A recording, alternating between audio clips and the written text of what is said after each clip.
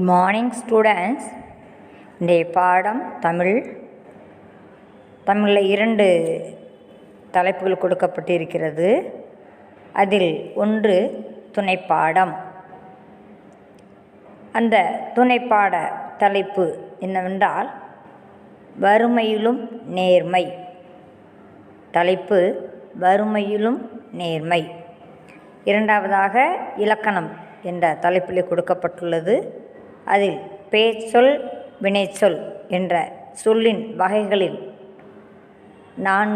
நான்கினில் 2 பற்றியதை மட்டுமே உங்களுக்கு இங்கே பாடப்பகுதியிலே கொடுக்கப்பட்டிருக்கிறது.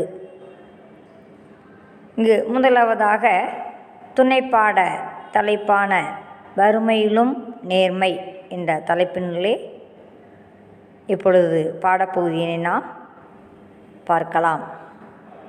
பொதுவாக நாம் எப்படி நடந்து கொள்ள வேண்டும்? நாம் வாழ்வில் சிறந்தவராக, சான்றோராக, பெருமையாக போற்றப்படும் வகையில் நடந்து கொள்வதற்காக எப்படி நடந்து கொள்ள வேண்டும் என்பதை அழகாக இந்த துணைப்பாடத்தின் தலைப்பிலே வறுமையிலும் நேர்மை என்ற அருமையான தலைப்பின் மூலமாக ஒரு நல்ல கருத்தினை எடுத்துரைக்கின்றது. அப்படிப்பட்ட இந்த தலைப்பினுள் என்ன ஒரு நிகழ்ச்சி நடக்கிறது, அந்த நிகழ்ச்சியின் மூலமாக என்ன கருத்து தெளிவாக தெரிகிறது என்பது இங்கே புலப்படும். இங்கே ஒரு கிராமம். அந்த கிராமத்தில் மக்கள் பசியால் வாடிக்கொண்டிருக்கின்றனர். அப்படிப்பட்ட பசியின் போது நமக்கு என்ன ஒரு தேவையோ அது எந்த வழியிலே கிடைத்தால் சரியாகும் என்று நாம் எதிர்பார்த்து கொண்டிருப்போம். அது நல்ல வழியாக அமைந்ததென்றால் அது நேர்மையோடு நடந்து கொள்ள வேண்டும். சிலர் தீய வழியிலே சென்று பொருள் ஈட்டி கொண்டு அதில் வாழக்கூடியவர்கள் இருக்கிறார்கள். அதனால் என்ன சிறுமை உண்டாகும் என்பதை உணராது அந்த தீய வழிகளில் ஈடுபடுவர். அப்படிப்பட்ட செயலிலே நாம் இறங்கக்கூடாது. ஒரு நல்ல செயலிலே நாம் அதன் மூலமாக நடந்து கொள்ள வேண்டும் என்பதை பற்றித்தான் அழகாக இங்கே குறிப்பிடப்பட்டுள்ளது. இங்கே துணைப்பாட தலைப்பாக வறுமையிலும் நேர்மை என்று கொடுக்கப்பட்டுள்ளது. இங்கே நேர்மை என்பது உண்மையை குறிக்கும். இங்கே தன் பெற்றோர் சுற்றுப்புற சூழல் எவ்வாறு அமைகின்றதோ அதற்கு ஏற்ற முறையில்தான் குழந்தைகளும் நல்ல பழக்கங்களுக்கு ஆட்படுவர். நல்ல பழக்கங்களை கற்றுக்கொண்டு அவர்கள் உருவாக நினைப்பார்கள். அப்படிப்பட்ட ஒரு சூழ்நிலையில் ஒரு தாயானவள் அந்த சிறுமி எவ்வாறு நேர்மையாக நடந்து கொள்ள வேண்டும் என்பதை உணர்ந்து கொள்கிறாளோ அதற்கேற்றாற்போல் அந்த தாய் அவளுக்கு நல்ல முறையிலே நல்ல பழக்கங்களை கற்றுக் கொடுத்திருக்கிறாள் என்பது அழகாக இங்கே இந்த சிறு துணைப்பாட கருத்தினில் தெரிகின்றது. அந்த சிறுமியின் நேர்மை பற்றிய விளக்கம்தான் இங்கே பாடப்பகுதியாக நமக்கு கொடுக்கப்பட்டுள்ளது. இந்த பாடப்பகுதியினை நான் கொஞ்சம் வாசிக்கணுமா, கவனிங்க. ஒரு ஊரில் தொடர்ந்து சில ஆண்டுகளாக மழையே பெய்யாததால் அந்த ஊரில் கடும் பஞ்சம் நிலவியது. மக்கள் பசியால் வாடினர். நல்ல உள்ளம் படைத்த பணக்காரர் ஒருவரிடம் அந்த ஊர் மக்கள் சென்று தங்களின் குழந்தைகளுக்கு உதவி செய்யுமாறு வேண்டினார். பொதுவாக மழை பெய்யாவிட்டால் அந்த ஊரோ அல்லது நாடோ மிகுந்த ஏழ்மை நிலையில் உண்டாகிவிடும். ஏனென்றால் இயற்கை வளங்கள் குறைந்துவிட்டால் வறுமை அதிகமாகிவிடும். பொருளீட்டுவதற்கு இயலாது என்பது இங்கே முடியாது போய்விடும். அப்படிப்பட்ட ஒரு சூழ்நிலையில் ஒரு ஊரில் கடும் பஞ்சம் நிலவுகிறது. அந்த பஞ்சத்தால் மக்கள் பசியால் குழந்தை பெரியவர் அனைவரும் வாடுகின்றனர். அந்த ஊரிலே ஒரு பெரிய பணக்காரராக ஒருவர் நல்ல உள்ளம் படைத்தவராக இருக்கிறார். அப்படிப்பட்டவரிடம் அங்கே ஏழ்மையில் வறுமையில் வாடக்கூடிய மக்கள் எல்லாம் சென்று அவரிடம் முறையிடுகின்றனர். பஞ்சத்தால் அவதிப்படுகின்றோம், எங்களுக்கு குழந்தைகளுக்கும் எங்களுக்கும் உணவு தந்து உதவுமாறு கேட்டுக்கொள்கின்றனர். உடனே அதற்கு அந்த நல்ல உள்ளம் படைத்த அந்த பணக்காரரும் சரி உதவி செய்கிறேன் என்று சொல்லுகின்றார். இளகிய உள்ளம் கொண்ட அவர், இந்த ஊரில் குழந்தைகள் யாரும் பசியால் வாட வேண்டா, ஆளுக்கொரு கொழுக்கட்டை கிடைக்குமாறு செய்கிறேன். என் வீட்டிற்கு வந்து கொழுக்கட்டையை எடுத்து செல்ல சொல்லுங்கள் என்றார். மாளிகைக்கு திரும்பிய அவர் தம் வேலைக்காரர்களை அழைத்தார். இந்த ஊரில் உள்ள குழந்தைகளின் எண்ணிக்கையை கணக்கெடுத்துக்கொள். ஆளுக்கொரு கொழுக்கட்டை கிடைக்க வேண்டும். நாளையிலிருந்து கொழுக்கட்டைகளை கூடையில் சரியான எண்ணிக்கையில் வைத்துக்கொண்டு வீட்டிற்கு வெளியே இருக்க வேண்டும் என்றார். குழந்தைகளெல்லாம் பட்னியாக வாட வேண்டாம்.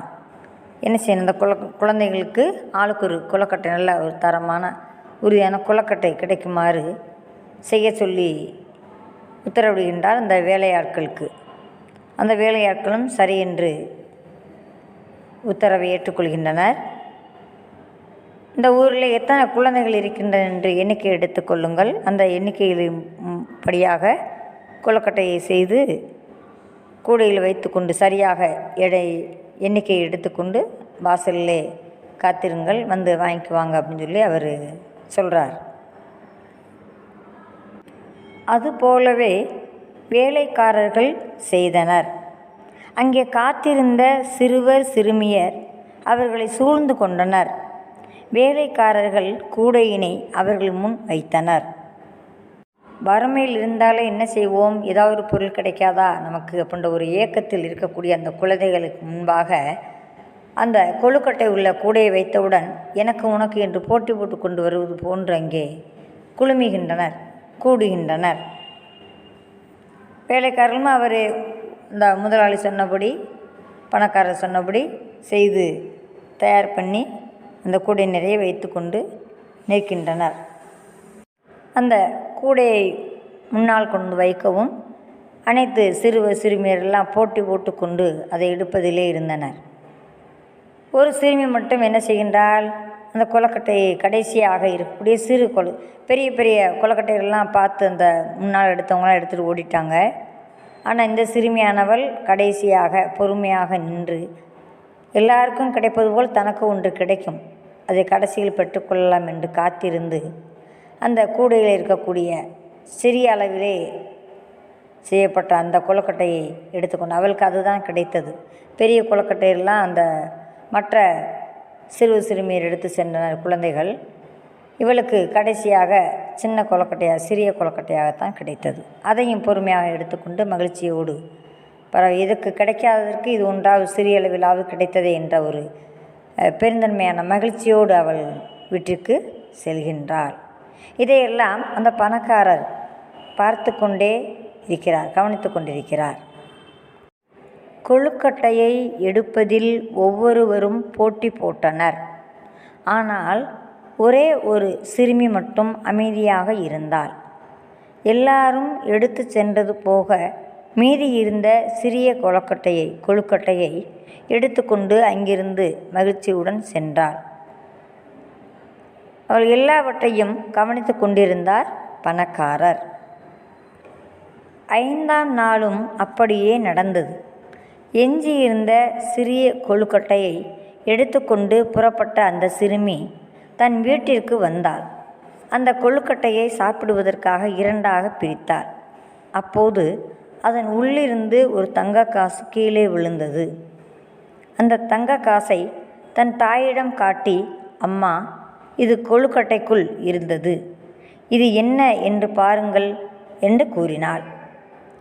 அதற்கு அவர், இது தங்கக்காசு என்று இளவெண்ணினிடம் கூறிவிட்டு, இது எப்படி கொழுக்கட்டைக்குள் வந்திருக்கும் என்று யோசித்தவாறே இந்த கொழுக்கட்டையை யார் கொடுத்தார்களோ அவர்களிடமே சென்று கொடுத்து விடு என்றார். இங்கே தாயானவள் நேர்மையாக நடந்து கொண்டிருக்கிறாள். அதனால் தான் அந்த சிறுமியும் நேர்மையாக நடந்து கொள்ள வேண்டும் என்று எண்ணுகின்றாள். ஆர்ப்பரிக்காது அந்த கொழுக்கட்டையில் இருந்த அந்த தங்க காசினை பார்த்தவுடன் தன் தாயிடம் சென்று ரொம்ப பணிவாகவும் மரியாதையுடனும் தன் தாயை மதித்து என்ன செய்கின்றாள், அந்த சிறுமியானவள் அந்த தங்க காசினை காண்பிக்கின்றாள். இது என்ன தங்க காசு என்று சொன்னவுடன் ஆசைப்பட்டு வைத்து கொள்ளவில்லை. அப்போ கொழுக்கட்டை கொடுத்தவர் அவர்தான். அப்போ அவர் கொடுத்த இதில் ஏதோ ஒரு நடந்திருக்கிறது, அதனால் இதை கொண்டே அவங்க பொருளுக்காரவங்கள்ட்டே கொண்டு கொடுத்துடணும், இது நம்ம பொருள் இல்லை என்று உணர்ந்தவுடன் கொழுக்கட்டை கொடுப்பதற்கு பணக்கார சம்மதித்திருக்கிறார். ஆனால் அதை நாம் ஏற்றுக்கொள்கின்றோம்.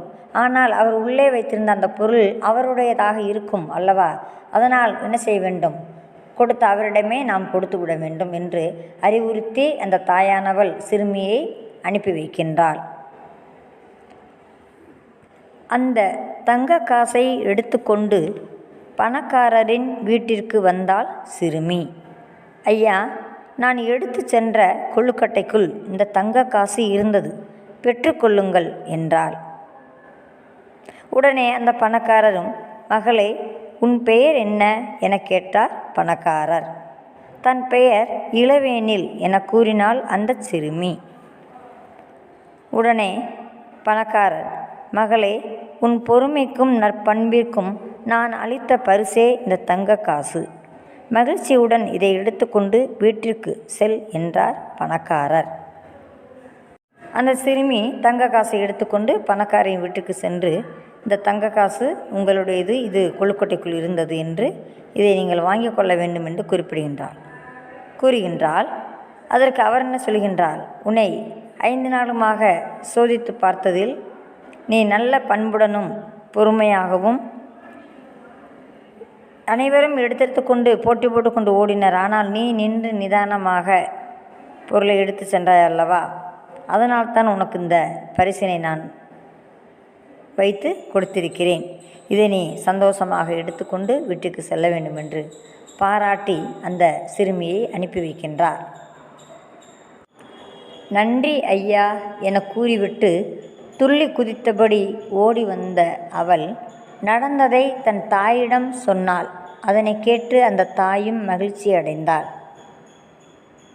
ஒரு பொருளோ அல்லது தனக்கு ஒரு உதவி, பெரிய அளவிலோ அல்லது சிறிய அளவிலோ தனக்கு ஒரு உதவி பிறர் செய்தால் நாம் திரும்ப என்ன சொல்ல வேண்டும், நன்றி கூற வேண்டும். உதவி செய்தவர்களுக்கு நன்றி கூறுவதுதான் வழக்கம். அப்படிப்பட்ட அந்த நல்ல செயலைத்தான் அந்த சிறுமியானவள் என்ன சொல்கின்றாள், நன்றி ஐயா என கூறிவிட்டு ரொம்ப அதிகப்படியான மகிழ்ச்சியோடு குதித்து ஓடி வருகின்றாள். இதை தன் தாயிடம் அவருடைய தாயிடம் சொன்னவுடன் தாயும் அதிகமாக மகிழ்ச்சி அடைகின்றாள். பரவாயில்லை, நாம் நேர்மையாக குழந்தையை வளர்த்து கொண்டிருக்கிறோம், பரவாயில்லை, தான் எப்படி நேர்மையாக நடந்து கொள்ள விரும்புகின்றோமோ அதைத்தான் என்ன செய்வோம், நம்முடைய குழந்தைகளுக்கும் அதை கற்றுக் கொடுப்போம். பிறர் போற்றும்படியாக வாழ வேண்டும், உதவி செய்தவர்களுக்கு நன்றி கூற வேண்டும், பிறர் கஷ்டப்படும் பொழுதும் தான் உதவ வேண்டும், நல்ல பண்புகளை எல்லாம் கற்றுக்கொள்ள வேண்டும். மாணவர்களே, நீங்களும் பிறருக்கு உதவி செய்ய எண்ண வேண்டும். உங்களுக்கு ஆபத்தின் போது சிறு உதவியாக இருந்தாலும் பெரிய உதவியாக யார் செய்தாலும் அவர்களுக்கு நன்றி கூற வேண்டும். எப்பொழுதும் நேர்மையாகவும் அன்புடனும் நல்ல பண்போடும் நல்ல ஒழுக்கத்தோடும் நடந்து கொள்வதற்கு நீங்கள் உங்களை உருவாக்கி கொள்ள வேண்டும். இந்த இளவயதிலிருந்தே நல்ல பழக்கங்களை ஏற்றுக்கொள்ளக்கூடிய மனப்பக்குவம் இந்த சிறு வயது தான். படிப்பதிலும் சரி, நல்ல பழக்கங்களை கற்றுக்கொள்வதிலும் சரி, இந்த வயதுதான் ஏற்ற வயது. அதனால் படிப்பிலும் குறை வைக்காது, தன் ஒழுக்கத்திலும் குறை வைக்காது, நல்ல முறையிலே பிறர் போற்றும்படியாக நீங்கள் வாழ வேண்டும், அதன்படியாக நடந்து கொள்ள வேண்டும். நீங்களும் இந்த துணைப்பாட பகுதியினை வாசித்து அந்த கருத்துக்களை நல்ல முறையிலே எடுத்துக்கொள்ள வேண்டும். இந்த துணைப்பாட கருத்தினில் என்ன கருத்து, நீதி கருத்து கொடுக்கப்பட்டிருக்கிறது? நேர்மை நன்மை தரும். என்றைக்கும் நேர்மையானது உண்மையாக நாம் நடந்து கொண்டால் அது நமக்கு நன்மைதான் தரும். நல்ல பண்புகளும் நல்ல ஒழுக்கமும் நல்ல கற்றறிந்து பாடத்துகளை உணர்ந்து கொள்வதும் அதன்படியாக நடந்து கொள்வதும் முக்கியமான ஒன்று. இரண்டாவதாக இலக்கண பகுதி. இந்த இலக்கண பகுதியில் சொல்லின் 4 வகைகளாகிய பெயர்ச்சொல், வினைச்சொல், இடைச்சொல், உரிச்சொல் என்ற 4 வகையாக அமைந்துள்ளது. இந்த 4 வகையினில் இங்கே பாடப்பகுதியாக 2 சிறு தலைப்புகள் மட்டும் கொடுக்கப்பட்டுள்ளது. ஒன்று பெயர்ச்சொல், இரண்டாவது வினைச்சொல் என்ற அமைப்பில் இங்கே கொடுக்கப்பட்டுள்ளது. முதலாவதாக பெயர்ச்சொல். ஒன்றன் பெயரை குறிக்கும் சொல்தான் பெயர்ச்சொல் என்று குறிப்பிடப்படும். எந்த ஒரு பொருளாக இருந்தாலும், மக்களாக மனிதர்களாக இருந்தாலுமே ஒவ்வொன்றிற்கும் ஒவ்வொருவருக்கும் பெயர் உண்டு. பெயர் வைத்திருப்பர். அந்த பெயரை வைத்துத்தான் மரபுப்படியாக முன்னோர்கள் சொல்லி வைத்தவாறு நாம் அழைத்து கொண்டிருக்கிறோம். அப்படிப்பட்ட ஒன்றன் பெயரை குறிப்பது தான் இங்கே பெயர்ச்சொல் என்று குறிப்பிடப்படுகிறது. அதற்குரிய உதாரணங்களாகவும் இங்கே கொடுக்கப்பட்டுள்ளது. எடுத்துக்காட்டாக இங்கே உங்களுக்கு கொடுக்கப்பட்டதில் எடுத்துக்காட்டு சாந்தி, வகுப்பறை, சித்திரை, கண், கதிரவன், சந்திரன் என்று இவ்வாறாக எடுத்துக்காட்டுகள் கொடுக்கப்பட்டிருந்தாலும்,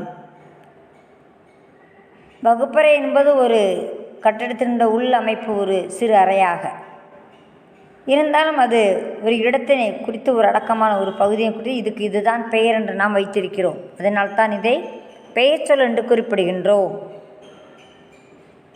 பெயர்ச்சொல்லிலே 6 வகையாக சொல்லப்படும்.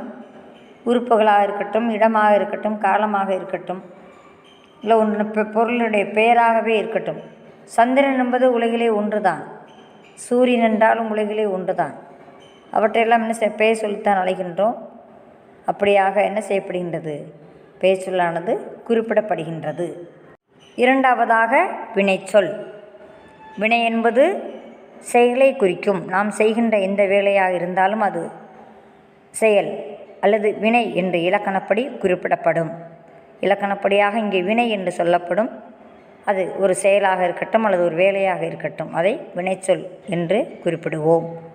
ஒரு செயலினை வினை என்று குறிப்பிடுவோம். இங்கே எடுத்துக்காட்டாக என்ன சொல்லலாம்? நடந்தான், எழுதினான், படித்தான், ஆடினாள், ஓடினாள். இவ்வாறாக எந்த ஒரு வேலையை செய்கின்றோமோ அந்தனுடைய வினையைத்தான் குறிப்பது வினைச்சொல் எனப்படும்.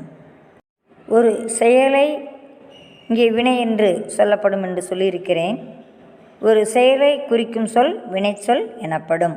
எடுத்துக்காட்டாக முன்பு சொன்னது போல் ஓடினான், விழுந்தது, எழுதினான் என்று குறிப்பிடலாம். இங்கே ஒரு சிறு உதாரணம் ஒன்று தொடராக கொடுக்கப்பட்டுள்ளது. ஒன்று ராமன் பாடம் படித்தான்.